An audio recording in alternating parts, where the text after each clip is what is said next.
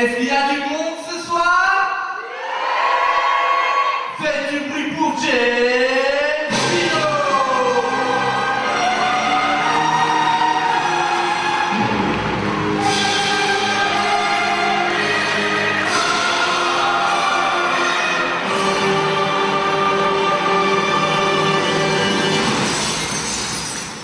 Bonsoir mesdames et messieurs, vous êtes là?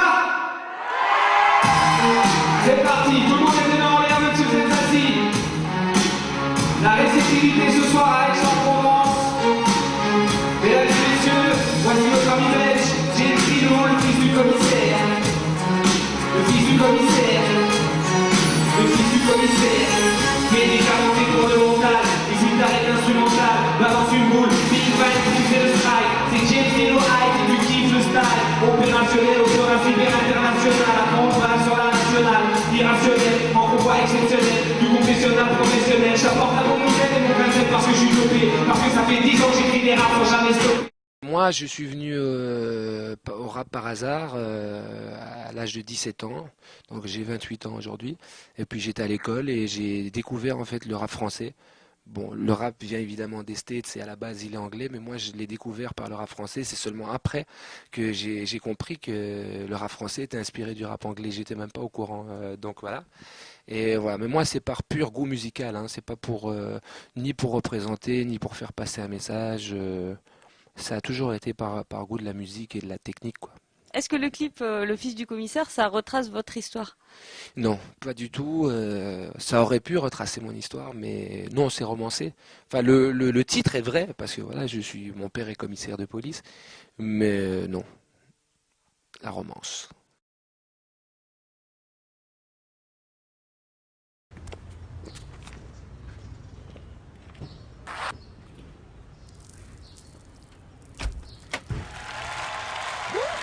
Assassin de la police! Ouais les gars, d'office, je suis trop d'accord. Enfin, sauf papa bien sûr. Fuck the police! Sauf papa bien sûr. Fils du commissaire. Fuck the police! Sauf papa bien sûr.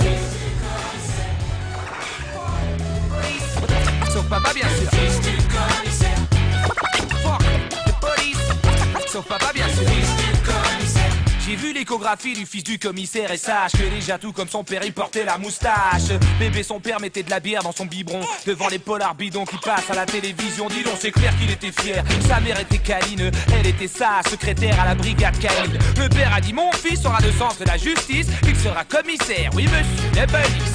Donc imagine la décision qui a éclaté, attention, qui je l'ai dit, je vais rappeler comme les dictateurs. Chanson, ce fut le drame, il fallait voir sa gueule quand il a passé le article dans son portefeuille. Il a dit, oh les mains, petit touche-toi par terre, il va passer du pied, ça allait en quête judiciaire, puis ça finissait souvent par une dizaine de coups dans le ventre, suivi de 24 heures de garde à vue dans sa petite chambre et ça fait nique la police fort, de police, sauf papa bien sûr.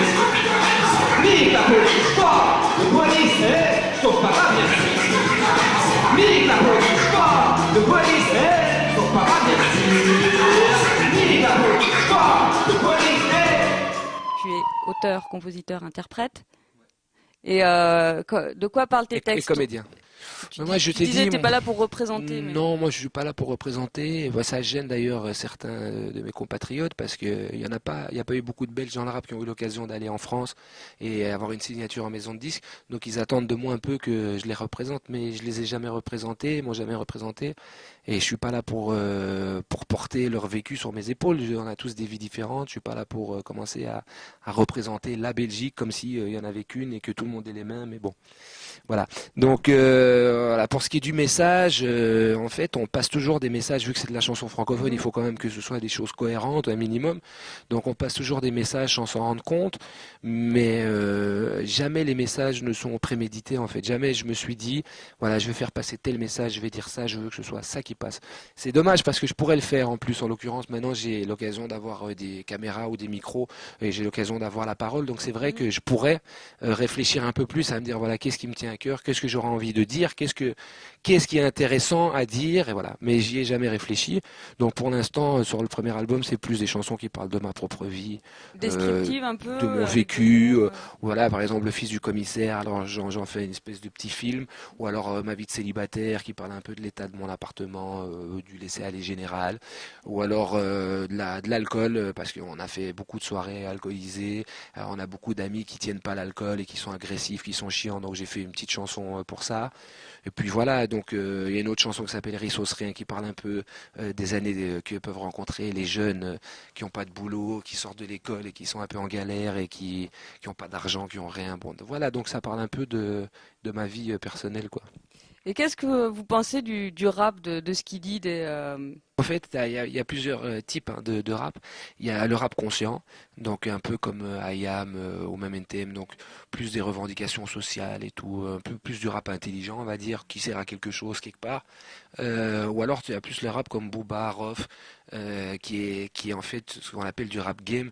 Donc c'est donner ce que les jeunes ont envie d'entendre en fait. Et les jeunes, ils sont fascinés par tout ce qui est puissant, par tout ce qui est mafia, par tout ce qui est grosse moto, par tout ce qui est sexe, par tout ce qui est porno. Voilà, tout ce qui symbolise, je vais dire, la puissance. Ça les fascine et eux ils leur donnent ça. La violence, ça les fascine. Les cités, ça les fascine. Jacques Messrine, ça les fascine. Les histoires de truands, ça les fascine. Comme moi, ça me fascine. Ça fait pas de moi un truand, mais c'est vrai que voilà, quand on est jeune, c'est ce genre de rap-là qu'on aime, quoi. Mais ceux qui sont en dehors du rap ne comprennent pas ça et ils prennent ça pour de la réalité en fait. Et ils se disent ah non, c'est négatif.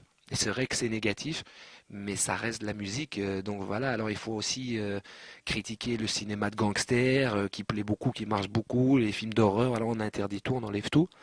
Voilà, il faut se rendre compte que c'est de l'artistique et que voilà, c'est de la séduction en fait. À part que eux, le public qui vise, ben, ils savent ce qui les séduit. Ce qui les séduit, c'est la violence et le sexe. Et voilà.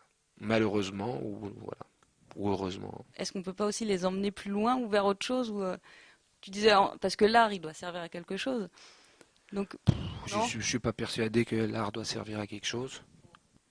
Moi, j'ai l'impression que voilà, les gens sont responsables d'eux-mêmes et que même dans les quartiers les plus difficiles, certains s'en sortent très bien et d'autres s'en sortent pas. C'est comme ça. Je vais dire, voilà, après, voilà, comme on disait, l'art, c'est de l'art. Si tu arrives à passer un message sans t'en rendre compte, c'est tant mieux. Mais voilà. Moi, j'ai pas l'impression que les rappeurs soient responsables de l'éducation des jeunes. C'est pas à eux de faire ça. Eux, c'est des jeunes eux-mêmes. C'est un style musical d'adolescent. On commence ça quand on est adolescent. Donc, on est dans un mode, déjà, je vais pas dire bête, mais la bêtise de la jeunesse, comme on l'a tous connu. J'ai pas l'impression que les rappeurs soient responsables de quoi que ce soit. Maintenant, ce qui est dommage, c'est que c'est vrai que la violence qui transporte, elle se retranscrit dans le quotidien.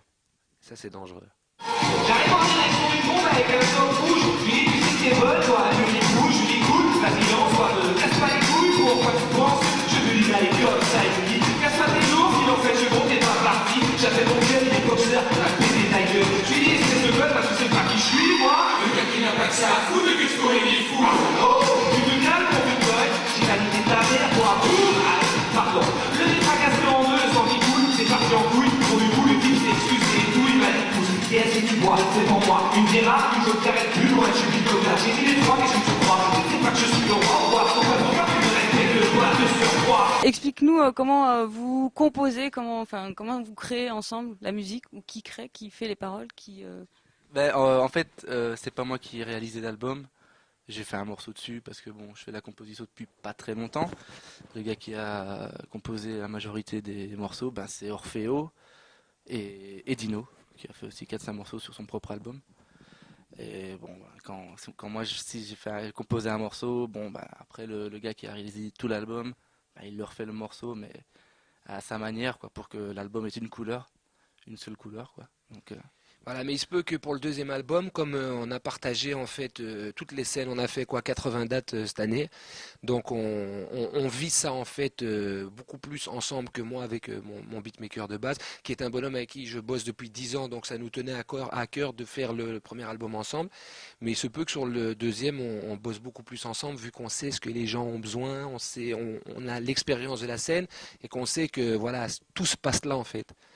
Parce que quand tu sors l'album, je veux dire, voilà, le principal, le 90% du boulot d'un artiste, c'est faire de la scène. Donc il faut qu'on y pense avant de créer, il faut qu'on pense scène, quoi. C'est le feu, check, check, James Dean rentre dans le jeu. On dit que les femmes savent pas danser, mais ça, c'est faux.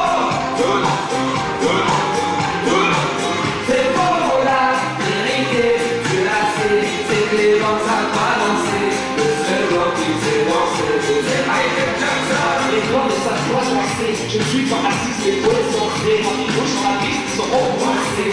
Hors des mots, les rêves sont comme des robots, mais j'insiste. Que ça, les enfants, c'est pratique, plastique, pour faire des poussières sur la piste, pour que le ménage, c'est le feu, il aura pas de jeu, on part, c'est la danse du genre, aussi bizarre, c'est pas disparaître, c'est passer du Maghreb en Algérie, dans cette tendance dans les pistes à Paris, comme une petite sœur, comme une connerie, avec une connerie, des fories, comme une connerie de l'oubli, il y a des chansons qu'il faut se danser, j'ai pris des points, ça va tous danser, on dit que les gens savent pas danser, mais ça, c'est bon.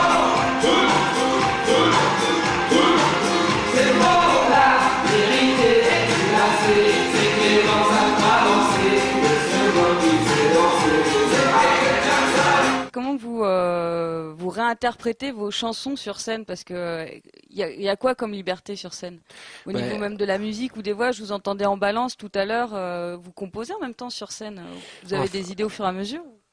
En fait, il y a toutes les libertés impossibles et inimaginables. Bon, maintenant, il faut jouer les morceaux quand même, mais après, souvent, nous, on change des refrains, puis on rajoute un petit morceau à gauche, on rajoute des clins d'œil de Michael Jackson, de choses comme ça, voilà, pour un peu, Faire participer le public, entre autres aussi, parce que voilà. Et puis, justement, j'aimerais, moi, rajouter des reprises de Renaud, des reprises de Brassens, de Brel, et faire toutes des petits clins d'œil comme ça tout au long du spectacle, de choses qui m'ont plu à moi. Et voilà, donc toutes les libertés sont possibles. Faut lever les bras, tout le monde ensemble. Faut lever les bras, faut lever les bras. Et assassin de la police. Assassin de la police. La police. Assassin de la police. La police. Assassin de la police. La police. Non.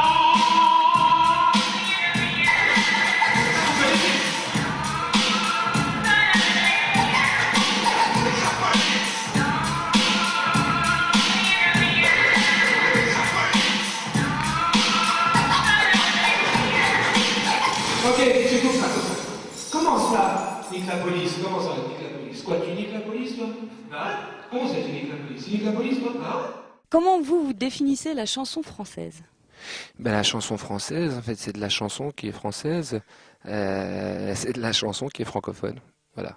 Moi, je suis fan de chansons francophones parce que j'ai grandi en fait avec ça, donc voilà. Le Festival de la chanson française, l'un de ses objectifs, c'est de faire venir des découvertes ou de la scène locale. Bon, là, vous êtes de Bruxelles, mais qu'est-ce que vous pensez d'un festival qui met en avant des découvertes et pas forcément des grandes têtes d'affiche? Qu'est-ce que vous pensez de cette initiative? Ben, moi, je trouve ça sympa comme ça, les gens peuvent un peu découvrir. Maintenant, c'est à voir comment ils voient leur définition du business aussi. Je suppose qu'ils ont fait un peu des deux, et qu'ils ont fait des grosses têtes, et puis qu'ils ont fait, bon voilà, ils ont par exemple fait James Dino en grosse tête, et puis d'autres comme Michel Fugain, un peu moins connus, que le public a envie de découvrir. C'est normal, ils ont leur place aussi. Il y a eu un concours chez nous en Belgique, à Bruxelles, qui s'appelle Musique à la française, Ouais. qui reprend pas mal de groupes belges évidemment, de la chanson francophone, mais du rock, un peu de rap, des filles, des garçons, vraiment donc tout mélangé. Hein. Et nous on a fait le concours et on a gagné, il y avait 16 prix qui étaient distribués, on en a raflé 8. Donc voilà, on a finalement une autre place dans la chanson française. On s'y attendait pas du tout, et finalement ça a quand même plu, donc c'est la preuve que ce qu'on fait c'est quand même de la chanson francophone aussi, de la chanson française. Pour finir l'interview, un mot de la langue française que vous aimez et un mot de la langue française que vous détestez. Non mais attends, ça c'est difficile, c'est très difficile. Un mot de la langue française qui est sympathique. Il y en a pas qu'un pourtant. Mais qu'est-ce que je pourrais te dire? La sympathie, voilà, la sympathie, c'est un mot qui est sympathique. Et puis un mot que j'aime pas, l'exclusion. Voilà. Pour ça, j'ai envie de lever le poing. D'écrire sur une banderole la guerre, je suis contre. La paix, je suis pour. Et voilà, j'ai parfois aussi, tu vois, des envies révolutionnaires. Et moi aussi, j'ai parfois envie de lever le poing et de crier famine. Famine! Comme dirait Gad Elmaleh, voilà.